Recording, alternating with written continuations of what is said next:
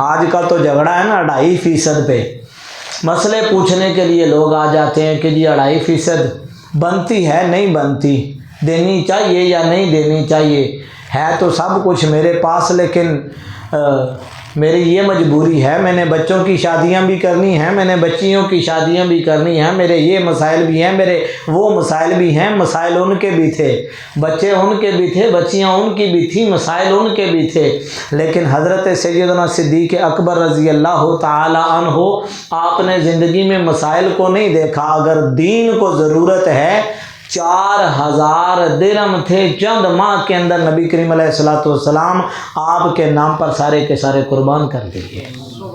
عشق کی وادی میں قدم رکھنے سے پہلے، خودی کی وادی میں قدم رکھنے سے پہلے دنیا کو حضرت سیدنا صدیق اکبر رضی اللہ تعالی عنہ آپ کی بارگاہ سے درس لینا پڑے گا۔ ہم تو سوچتے رہتے ہیں نا اللہ کی راہ میں دینے سے پہلے ہماری یہ مجبوریاں ہیں، کہیں جیب میں تھوڑی پیسے ختم نہ ہو جائیں، ہم تو 2.5% والے ہیں نا، اس میں بھی پتہ نہیں کتنی ڈنڈیاں مار جاتے ہیں جی۔ گھر میں اگر ایک نے دے دیا ہے تو اللہ کرے سب کی طرف سے ہی ہو جائے، دیکھنا میرے حالات نہیں ٹھیک، ایسا ہے اور ویسا ہے، لیکن وہ 2.5% والے نہیں تھے۔ وہ غزوہ تبوک والا واقعہ آپ نے سنا ہوگا، چلیں برکت کے لیے میں آپ کے سامنے رکھے دیتا ہوں تاکہ میرا ایمان بھی تھوڑا سا تازہ ہو جائے اور آپ کا ایمان بھی تازہ ہو جائے۔ غزوہ تبوک میں حالات ٹھیک نہیں تھے، غربت کا دور تھا، تو نبی کریم علیہ السلام نے اعلان کیا، حضرت سیدنا صدیق اکبر رضی اللہ تعالیٰ عنہ کے کانوں میں بھی یہ آواز پڑی،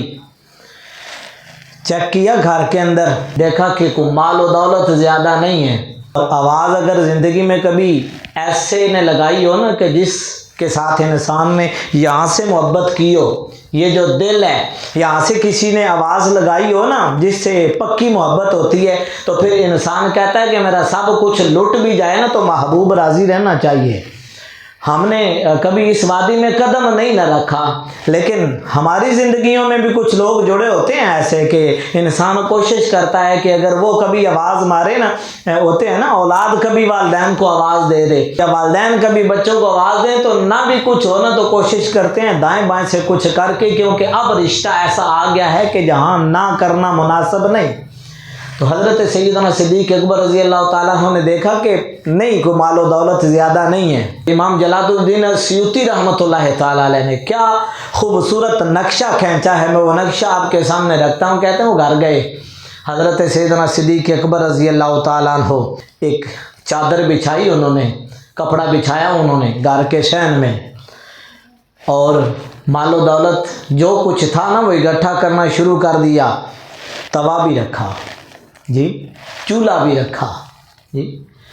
گھر کی ہر شے رکھی، برتن بھی رکھے۔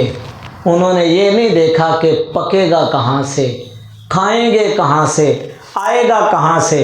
اتنا بڑا حوصلہ چاہیے انسان کو، یہ کہہ سکتے تھے نا یا رسول اللہ حالات ٹھیک نہیں وگرنہ میں کچھ پیش کرتا، انہوں نے یہ عذر نہیں کیا۔ اب دین کو ضرورت ہے، جب محبت کی ہے نا تو محبت کی دنیا میں اور عشق کی دنیا میں یہ نہیں کہا جاتا کہ میرے پاس کچھ نہیں ہے۔ انہوں نے اس چادر کے اندر توا بھی رکھا، اپنا چولہا بھی رکھا، گھر کے برتن بھی رکھے، اور اپنی بچوں کو کہا کپڑے بھی گھر کے رکھ دیے، اس کے اندر جو کچھ تھا نا سارا کچھ رکھ دیا، اور بچوں کو کہنے لگے ایک ایک جوڑا جو ہے نا وہ لے لو، اپنے پہننے والا جو ہے ایک ایک جوڑا۔ جب انہوں نے دیکھا نا کہ ابا جان تو سارا کچھ ہی رکھ رہے ہیں، اب بولنے کی جرت بھی کسی کی نہیں ہے کہ یہ تو محبت کی اور عشق کی وادی کا مسافر ہے، یہ اپنے لیے بچائیں گے کچھ نہیں، سوئی بھی رکھ دی، سلائی بھی رکھ دی، دھاگا بھی رکھ دیا، کچھ بھی نہیں بچایا۔ تو وہ دیکھنے لگے کہ یہ تو کپڑے بھی جا رہے ہیں۔ انہوں نے کہا کہ تم کپڑوں کی بات کرتے ہو، اب میری طرف دیکھو، اب یہ جو مقام ہے یہاں انسان آ کے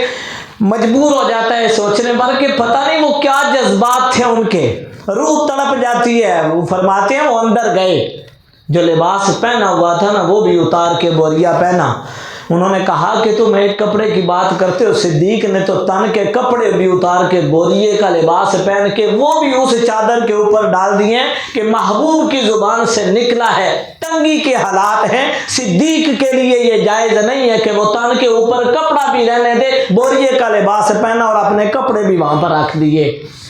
یہاں تک پہنچنے کے لیے انسان کو بہت بڑا سفر کرنا پڑتا ہے۔ عشق بھی تڑپا ہوگا کہ آج تک ہم نے زندگی میں ایسا دیوانہ نہیں دیکھا کہ محبوب نے زندگی میں پکارا ہو تو تن کے اوپر کپڑا بھی نہ رہنے دیا ہو، توے اور چولہے تک رکھ دیے ہو۔ تڑپ جاتا ہے یہاں پر آ کر۔ بڑا حوصلہ چاہیے، بڑا حوصلہ چاہیے۔ ان کے بھی بچے تھے نا، ہم تو 2.5% کے چکر میں پھنس گئے نا کہ 2.5% بھی دینے کے لیے 1000 بہانہ ڈھونڈتے ہیں اور 50 مفتیوں کے پاس فتوے لے کر جاتے ہیں کہ میرے اوپر بچیوں کا بھی بوجھ ہے، بچوں کا بھی بوجھ ہے، میں نے یہ بھی کرنا ہے، میں نے وہ بھی کرنا ہے۔ لیکن عشق کی وادی میں 2.5% کا کوئی تصور نہیں ہوتا۔ تن کے کپڑے بھی اتار کر حضرت سیدنا صدیق اکبر نے جب وہاں پر رکھے نا، تن تندور تے ہڈاں دا بالن تے اساں ہاواں نال تپایا،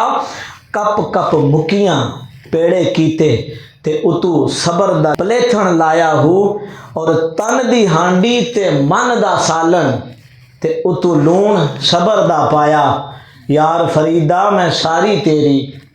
یار فریدہ میں ساری تیری، تینوں اجے یقین نہ آیا جب وہ سارے کا سارا انہوں نے جمع کیا نا حضور کی بارگاہ میں جب پہنچے وہاں پر، وہ بھی اقبال نے عجیب منظر بیان کیا ہے کہ اتنے میں وہ رفیق نبوت بھی آ گیا جس سے بنائے عشق و محبت ہے استوار۔ جب حضور نے دیکھا نا غلام کو آتے ہوئے، بوریا پہنے ہوئے، عجیب انداز تھا، عجیب رنگ تھا، لوگ اپنے اپنے حصے کا سامان لے کر آ رہے تھے، تو وہ صدیق اکبر بھی آیا۔ دنیا ویسے نہیں ناز کرتی، آج تو 15 صدیوں کے بعد ترازو لے کر بیٹھ گیا ہے،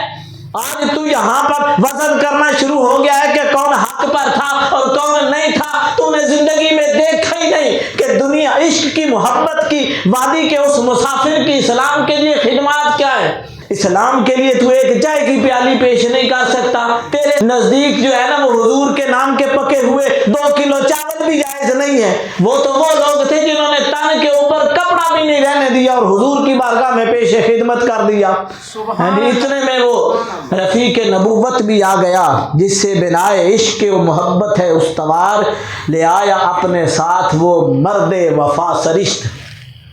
ہر چیز جس سے چشمے جہاں میں ہو اعتبار، انسان کی پہچان جس چیز سے ہے نا، ہم اپنی پہچان کے لیے جوتا رکھتے ہیں، ہم اپنی پہچان کے لیے لباس رکھتے ہیں تن پر کہ ہمارا لباس ایسا ہونا چاہیے، ہمارا لباس ایسا ہونا چاہیے۔ جب حضور نے وہ سارا کچھ دیکھا نا کہ توا بھی ساتھ ہے، ہاں جی، چولہا بھی ساتھ ہے، اور وہ کھائے گا کیا؟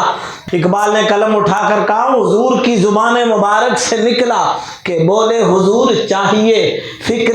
عیال بھی، کہنے لگا وہ عشق و محبت کا رازدار، پروانے کو چراغ ہے بلبل کو پھول بس، صدیق کے لیے ہے خدا اور رسول بس۔ ہم نے یہ کہنا سیکھا ہے میرے لیے اللہ اور اس کا رسول کافی ہے۔ جس نے اس کی عملی تفسیر دیکھنی ہے وہ صدیق اکبر رضی اللہ تعالیٰ عنہ کے قدموں میں جا کر دیکھے۔ آج دنیا فتوے لگاتی ہے اور کہتی ہے کہ بس کہا کرو ہمارے لیے اللہ کافی ہے، لیکن صدیق اکبر نے کہا تھا پروانے کو چراغ ہے بلبل کو پھول بس، صدیق کے لیے ہے خدا اور رسول بس۔ ماں اب قیت لأہلے کا، حضور نے پوچھا صدیق کیا چھوڑا ہے گھر والوں کے لیے؟ آپ کے پاس کوئی آئے نا لے کر تو آپ یہ نہیں پوچھتے پیچھے کیا چھوڑا ہے، ہم تو شاپر کھول کے دیکھتے ہیں نا لے کے کیا آیا ہے۔ وہ لے کے آئے تو حضور نے یہ نہیں پوچھا لے کے کیا آئے ہو۔ ماں اب قیت لأہلے کا، صدیق بتانا گھر والوں کے لیے کیا چھوڑ کے آیا ہے؟ اب قیت لہم اللہ والرسول، یا رسول اللہ میں گھر میں اتنی قیمتی شے چھوڑ کے آیا ہوں جس کا اندازہ نہیں ہے، صدیق کے لیے ہے خدا اور رسول بس۔ میں اپنے گھر میں اللہ اس کے رسول کو چھوڑ کے آیا ہوں۔ یہ ہے محبت اور عشق کی وادی کا وہ عظیم مسافر جو اس وادی کے اندر قدم رکھنا چاہے گا، اسے 100